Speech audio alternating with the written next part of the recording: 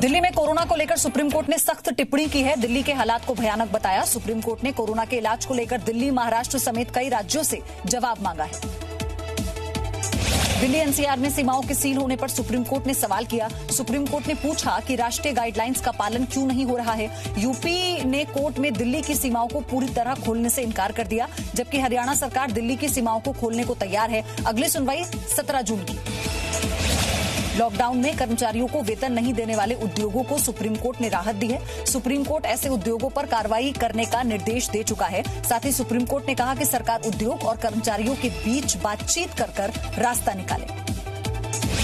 देश में कोरोना संक्रमण के अब तक का रिकॉर्ड तोड़ दिया है। पिछले 24 घंटे में कोरोना के 10,956 नए मामले सामने आए। 396 लोगों की मौत हो गई। देश में कुल कोरोना संक्रमितों की संख्या 2,97,000 के पार पहुंची। 1,47,000 लोग अभी तक ठीक हो चुके हैं और अब तक 8,498 लोगों की मौत हो चुकी है। देश में रिकवरी रेट बढ़कर करीब 50% हुआ। दिल्ली में लॉकडाउन नहीं बढ़ाया जाएगा। दिल्ली के स्वास्थ्य मंत्री सत्येंद्र जैन ने साफ कर दिया है कि अभी फिर से लॉकडाउन लगाए जाने का कोई विचार नहीं है। सत्येंद्र जैन ने एमसीडी पर मौत के आंकड़ों पर भ्रम फैलाने का भी आरोप लगाया। दिल्ली में कोरोना संक्रमण के बढ़ते मामलों की वजह से बाजार बंद किए जा सकते हैं। व्यापारियों के अखिल भारतीय संगठन ने दिल्ली के व्यापारियों से राय मांगी है। बाजार बंद करने पर कल फैसला लिया जा सकता है। आज शाम तक सुझाव मांगे गए हैं। दिल्ली में कोरोना संक्रमण के मामले तेजी से बढ़ रहे हैं। दिल्ली में कुल कोरोना संक्रमितों की संख्या बढ़कर 34,687 तक पहुंच गई है। इनमें से 12,731 लोग ठीक हो चुके हैं, जबकि 20,871 लोग अभी भी संक्रमित हैं। दिल्ली में कोरोना संक्रमण से अब तक 1,085 लोग अपनी जान गंवा चुके हैं। देश में छाए कोरोना संकट के बीच राहत देने वाली खबर है। लगातार तेजी से फैल रहे कोरोना संक्रमण के बीच भारत सरकार के स्वास्थ्य मंत्रालय के मुताबिक देश में राष्ट्रीय स्तर पर कोविड-19 का कोई सामुदायिक संक्रमण नहीं हुआ है। कोरोना का टेस्ट और क्वारंटीन ही बीमारी से बचने के सबसे बड़े हथियार हैं। भारतीय चिकित्सा अनुसंधान परिषद ने कहा कि परीक्षण, ट्रेनिंग, ट्रैकिंग और क्वारंटीन की रणनीति को जारी रखना होगा। दिल्ली में मरीजों के लिए नई डिस्चार्ज पॉलिसी का ऐलान किया गया। इसके तहत 4 दिन बिना ऑक्सीजन सपोर्ट, बिना बुखार, बिना दवा के रह सकने वाले मरीजों को 10 दिन में डिस्चार्ज कर दिया जाएगा। पॉलिसी के मुताबिक कोविड केयर सेंटर में भर्ती कोरोना मरीजों का नियमित तापमान भी जांच किया जाएगा। दिल्ली में कोरोना मरीजों के लिए अस्पताल की हालत बेहद ज्यादा खराब है। दिल्ली के एलएनजेपी अस्पताल में कोरोना पॉजिटिव मरीजों के शवों के बीच रहने को मजबूर हैं। कई लक्षण वाले मरीजों को टेस्ट की रिपोर्ट आने से पहले ही कोरोना पॉजिटिव मरीजों के साथ भर्ती किया जा रहा है। दिल्ली में कोरोना मरीजों का इलाज कर रहे सभी अस्पतालों पर हर बेड पर ऑक्सीजन का इंतजाम करना होगा। यह आदेश दिल्ली सरकार ने दिल्ली में कोरोना के बढ़ते मामलों को देखते हुए लिया है। जिन बेड पर पाइप से ऑक्सीजन की सुविधा नहीं है, वहां ऑक्सीजन सिलेंडर की व्यवस्था कराने को भी कहा गया। महाराष्ट्र में कोरोना पॉजिटिव मरीजों की संख्या बढ़कर 97,648 हुई। 24 घंटे के दौरान महाराष्ट्र में 3,607 नए केस सामने आए। 24 घंटे में महाराष्ट्र में कोरोना से 152 मौतें हुई। महाराष्ट्र में कोरोना से मरने वालों की संख्या 3,590 हो गई। महाराष्ट्र में अब तक 46,078 मरीज ठीक होकर डिस्चार्ज हो चुके हैं। मुंबई में कोरोना पॉजिटिव मरीजों की संख्या बढ़कर 54,085 हो गई। मुंबई में पिछले 24 घंटे के दौरान कोरोना से 97 लोगों की मौत हुई। मुंबई में कोरोना से अब तक कुल 1,954 मौतें हो चुकी हैं। महाराष्ट्र में कोरोना संक्रमण से प्रदेश के एक और कैबिनेट मंत्री संक्रमित हुए। उन्हें इलाज के लिए कोरोना अस्पताल में भर्ती कराया गया। एनसीपी से संबंध रखने वाले ये कैबिनेट मंत्री प्रदेश के मराठवाड़ा इलाके से चुनकर आए हैं। इनके साथ ही महाराष्ट्र में कोरोना संक्रमित होने वाले मंत्रियों की संख्या 3 हो गई है। पहले संक्रमित हुए दोनों मंत्री ठीक हो गए। केंद्र सरकार ने सभी राज्यों को स्पष्ट निर्देश दिया है कि वो कोरोना से संबंधित अस्पताल में खाली बेड की जानकारी ऑनलाइन और दूसरे माध्यमों से जनता को उपलब्ध कराएं, जिससे जरूरतमंद लोगों को पता चल सके कि किस अस्पताल में कहां पर बेड उपलब्ध है। कांग्रेस नेता राहुल गांधी कोरोना संकट को लेकर अमेरिका के विशेषज्ञों से वीडियो कॉन्फ्रेंसिंग के जरिए बातचीत की। बातचीत के दौरान भारत और दुनिया में कोरोना संकट पर चर्चा की। पंजाब सरकार ने राज्य में आंशिक लॉकडाउन लागू कर दिया है। शनिवार, रविवार और छुट्टियों के दिन लॉकडाउन रहेगा। ये फैसला सामुदायिक संक्रमण को रोकने के लिए किया गया। शनिवार, रविवार और सरकारी अवकाश पर दुकानें नहीं खोली जाएंगी। ऑपरेशन समुद्र सेतु के तहत ईरान से 233 भारतीयों को लेकर आईएनएस शार्दुल गुजरात के पोरबंदर पर पहुंच गया है। नेवी और गुजरात पुलिस ने भारतीयों का बंदरगाह पर स्वागत किया। इसके बाद उनकी स्क्रीनिंग कर उन्हें बसों के जरिए क्वारंटीन सेंटर भेजा गया। महाराष्ट्र, दिल्ली के बाद तमिलनाडु कोरोना संक्रमण का बड़ा केंद्र बनकर उभर रहा है। वहां पर कोरोना के कुल मामले 38,716 पर पहुंच गए हैं। इनमें से 20,705 लोग ठीक हो चुके हैं, जबकि 17,662 लोग अभी भी कोरोना से संक्रमित हैं। तमिलनाडु में कोरोना वायरस से अब तक 349 लोगों की जान जा चुकी है। राजस्थान में राज्यसभा चुनाव को लेकर बयानबाजी तेज हो गई है। मुख्यमंत्री अशोक गहलोत ने कहा, देश में लोकतंत्र की हत्या हो रही है। पीएम मोदी और अमित शाह को कोरोना की चिंता नहीं है। राजस्थान में राज्यसभा चुनाव को लेकर सियासी खींचतान जारी है। कांग्रेस ने अपने विधायकों को जयपुर दिल्ली हाईवे पर एक रिजॉर्ट में ठहरा दिया है। कल उप मुख्यमंत्री सचिन पायलट ने विधायकों से मुलाकात की थी। आज विधायकों की बैठक भी है। सचिन पायलट ने कहा कि कांग्रेस के पास बहुमत से ज्यादा संख्या है। बिहार के सीतामढ़ी जिले में जानकी नगर बॉर्डर के पास खेत में काम करने गए मजदूरों पर अचानक नेपाली सशस्त्र पुलिस ने अंधाधुंध गोलियां बरसा दी। घटना में एक व्यक्ति की मौत हो गई और 2 लोग गंभीर रूप से घायल हो गए। घायलों को इलाज के लिए शहर के अस्पताल में भर्ती किया गया। नेपाली पुलिस एक भारतीय नागरिक को पकड़कर अपने साथ ले गई। सेना और जम्मू कश्मीर पुलिस के संयुक्त अभियान में लश्कर-ए-तैयबा का एक आतंकी पकड़ा गया। खुफिया सूचना पर सुरक्षा बलों ने शोपियां के खोजपुरा गांव में तलाशी अभियान चलाया। पकड़े गए आतंकी की पहचान जाकिर अहमद खान के तौर पर हुई। एक पिस्टल और 12 गोलियां बरामद की गई।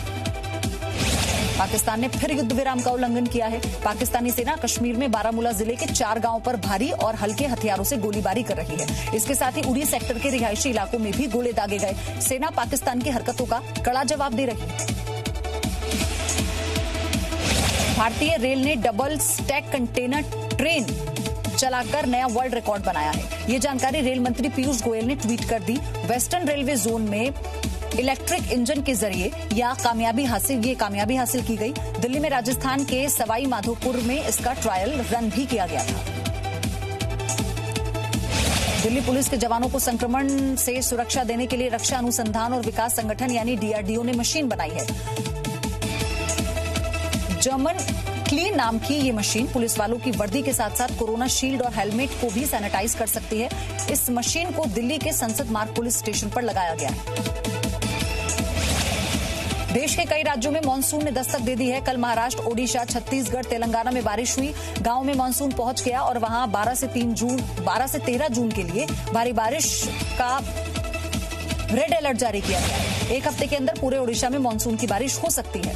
चीन ने सीमा पर लद्दाख से लेकर अरुणाचल प्रदेश तक गतिविधियां बढ़ा दी हैं। सूत्रों का कहना है कि चीन ने लद्दाख के साथ साथ हिमाचल प्रदेश, उत्तराखंड, सिक्किम और अरुणाचल प्रदेश में गतिविधियां तेज की हैं। चीन ने युद्धाभ्यास में होवित्जर तोप को भी शामिल किया है। तेलंगाना के हैदराबाद में सरकारी गांधी अस्पताल में तेलुगु टीवी चैनल के 36 साल के पत्रकार की कोविड-19 से मौत हो गई। उन्हें 4 जून को किसी और अस्पताल से यहां लाया गया था। अस्पताल के डॉक्टर्स ने कहा कि जब उन्हें भर्ती कराया गया तो उन्हें निमोनिया था और सांस लेने में तकलीफ हो रही थी। हैदराबाद में कोरोना से ठीक हुए मरीज ने कोरोना के इलाज में मदद करने के लिए बुलेट थर्मल स्क्रीनिंग कैमरा बनाया है, जो 1 सेकंड में 30 लोगों का तापमान नाप सकता है। आने वाले समय में ये कैमरा स्कैनर सार्वजनिक स्थलों पर सुरक्षा कर्मियों के लिए बड़ी मदद साबित होगा। गुजरात में कोरोना से मरने वालों की संख्या बढ़ती जा रही है। यहां पर अब तक कोरोना संक्रमण से 1385 मरीज अपनी जान गंवा चुके हैं। गुजरात में कोरोना के कुल मामलों की संख्या 22,000 के पार हो गई। इनमें से 15,101 मरीज ठीक हो चुके हैं, जबकि 5,546 मरीजों का अस्पताल में इलाज जारी है। गुजरात के वडोदरा की सबसे पुरानी और सबसे बड़ी खंडेर राव सब्जी मंडी 85 दिन बाद खुल गई। वडोदरा नगर पालिका ने व्यापारियों को सोशल डिस्टेंसिंग का पालन करने के साथ ही मार्केट शुरू करने की मंजूरी दी। कोरोना वायरस की वजह से सरकार ने लॉकडाउन लागू किया था, जिससे मार्केट बंद की गई। वडोदरा में 1395, गांधीनगर में 434, भावनगर में 154 से ज्यादा मामले दर्ज हैं। अहमदाबाद में एसवीपी अस्पताल के करीब 60 नर्सिंग कर्मियों ने कल वेतन को लेकर धरना दिया। वेतन नहीं दिए जाने से नर्सिंग स्टाफ नाराज है। आरोप है कि 150 नर्सिंग कर्मियों को वेतन नहीं दिया गया। मुंबई, दिल्ली समेत अहमदाबाद में भी भारत में कोरोना के सबसे ज्यादा मामले सामने आए। मध्य प्रदेश के रतलाम में कोरोना के मरीज की मौत के बाद शमशान घाट में हंगामा हुआ। परिवार वाले आखिरी बार मृतक का चेहरा दिखाने के लिए अड़े रहे। इसी को लेकर पुलिस वालों से बहस होती रही। काफी देर बाद अंतिम संस्कार हो पाया। कर्नाटक के हावेरी में कोरोना के नियमों को तोड़ते हुए बैलगाड़ी रेस का आयोजन किया गया, जिसमें बड़ी संख्या में लोग जमा हुए। ये रेस हर साल आयोजित की जाती है। आयोजन के दौरान सामाजिक दूरी का बिल्कुल भी ध्यान नहीं रखा गया और प्रशासनिक लोगों ने रोक के बावजूद भी इस पर किसी भी तरह का कोई एक्शन नहीं लिया। हरियाणा के सैनिटाइजर और मास्क खरीद घोटाला सामने आया है। यहां 2 पंचायतों पर करोड़ों रुपए के गबन का आरोप है। सिर्फ 8,000 की आबादी वाले गांव नीमका के सरपंच पर 62 लाख रुपए के मास्क और सैनिटाइजर खरीदने का आरोप है। वहीं मुझेड़ी गांव की सरपंच पर 2 करोड़ 32 लाख रुपए के विकास कार्यों के लिए खाते से पैसा निकालने का आरोप है। पश्चिम बंगाल के दक्षिण दिनाजपुर में बारुल घाट में बने क्वारंटीन सेंटर में मजदूरों के लिए छात्र भोजन की व्यवस्था कर रहे हैं। लॉकडाउन के दौरान दूसरे राज्यों से लौटे मजदूरों को क्वारंटीन सेंटर भेजा गया। इनके लिए कॉलेज के छात्रों ने राशन का बंदोबस्त किया। छात्र मजदूरों की हर मुमकिन मदद कर रहे हैं। छात्रों ने कहा कि मजदूरों को घबराने की जरूरत नहीं है। मध्य प्रदेश के खंडवा के दादाजी धूनीवाले का मंदिर 10 जुलाई तक बंद रहेगा। 4 जुलाई को गुरु पूर्णिमा और उसी दिन पूरे देश से दादाजी धूनीवाले के भक्त खंडवा पहुंचते हैं। 3 दिन तक चलने वाले गुरु पूर्णिमा उत्सव में लगभग 5 लाख लोग यहां दर्शन के लिए पहुंचते हैं। कोरोना संक्रमण को देखते हुए जिला प्रशासन और ट्रस्ट ने सर्वसम्मति से 10 जुलाई तक दादाजी धूनीवाले के मंदिर में दर्शन बंद करने का निर्णय लिया। बैंकों के लोन पर ब्याज वसूली मामले में सुनवाई पर सुप्रीम कोर्ट ने अहम स्पष्टीकरण जारी किया। कोर्ट ने यह कहा कि वो लोन पर ब्याज वसूली के खिलाफ नहीं है, लेकिन वो तर्कसंगत होना चाहिए। कोर्ट ने इस मामले में वित्त मंत्रालय और आरबीआई को आपस में बैठकर फैसला लेने का आदेश दिया है। कोलकाता में बीजेपी नेता सब्यसाची दत्त की हत्या के विरोध में बीजेपी ने प्रदर्शन किया। 2 दिन उनकी हत्या कर दी गई थी। बीजेपी का आरोप है कि टीएमसी के कुछ समर्थकों ने उन पर हमला किया था। गुरुवार को बीजेपी कार्यकर्ताओं ने विरोध रैली निकाली थी, लेकिन रैली शुरू होने से पहले ही पुलिस ने रोक लिया। इस पर बीजेपी कार्यकर्ताओं ने सड़क पर बैठकर विरोध प्रदर्शन शुरू कर दिया। दिल्ली के स्वरूप नगर में एक केमिकल की फैक्ट्री में आग लग गई। दमकल की 10 गाड़ियों ने आग पर काबू पाया। बीते रात करीब 8 बजे ये आग लगी थी। हादसे में कोई भी घायल नहीं हुआ। कोलकाता के दमदम इलाके में एक अंग्रेजी माध्यम स्कूल में फीस की बढ़ोतरी को लेकर अभिभावकों ने हंगामा कर दिया। लोगों ने कहा कि कोरोना काल में लोगों के काम धंधे छूट गए हैं, इसके बावजूद स्कूल में बिना पढ़ाए फीस बढ़ाई जा रही है।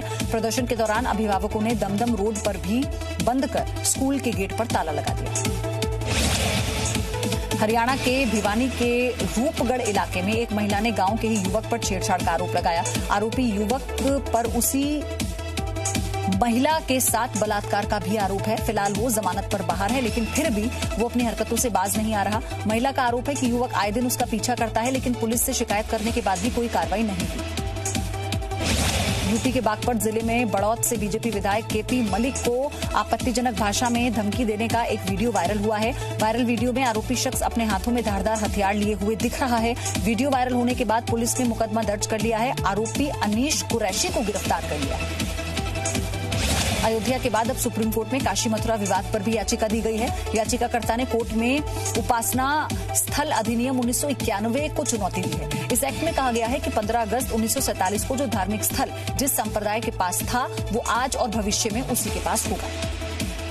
बद्रीनाथ धाम में श्रद्धालुओं के लिए दर्शन शुरू कर दिए गए। बद्रीनाथ धाम को उत्तराखंड के स्थानीय श्रद्धालुओं के लिए खोल दिया गया। दूसरे राज्यों से श्रद्धालुओं के लिए 4 धाम यात्रा पर फिलहाल रोक लगी रहेगी। जोशीमठ के एसडीएम ने कहा कि सामाजिक दूरी का पालन करते हुए सीमित संख्या में श्रद्धालुओं को मंदिर में प्रवेश दिया जा रहा है।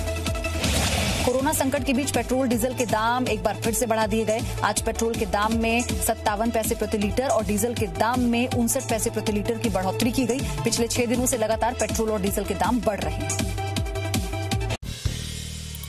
नया जी न्यूज ऐप अब बेहतर फीचर्स के साथ हिंदी अंग्रेजी के साथ साथ देश की अन्य भाषाओं में भी भारत और दुनिया की तमाम खबरों का अनूठा कलेक्शन। अपनी पसंद के मुताबिक सेट करें होम स्क्रीन पर अपने फेवरेट सेक्शन। साथ ही हमारे एडिटर्स द्वारा चुनी हुई दिन की बड़ी और खास खबरें। देखें जी न्यूज लाइव कभी भी कहीं भी। मनोरंजन और सूचना से भरपूर वीडियोस,